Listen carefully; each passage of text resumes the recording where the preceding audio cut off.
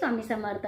मंडळी, आपण देवघरामध्ये देवपूजा करताना दीप प्रज्वलित करतो. धूप, दीप, अगरबत्ती आपण माचीच्या काडीनी अगरबत्ती लावतो. माचीच्या काडीनीच आपण दिवा प्रज्वलित करतो. पण देवघरामध्ये तुम्ही सुद्धा माचीस ठेवता का? शास्त्रामध्ये काय सांगितलेलं आहे? शास्त्रामध्ये देवघरामध्ये माचीस ठेवणं खूप अशुभ मानलेलं आहे. कारण माचीस जे आहे ते हे माचीस नकारात्मकतेचे एक प्रतीक मानलं जातं. कारण जिथं अलक्ष्मी असते तिथं माता लक्ष्मी कधीही राहत नाही.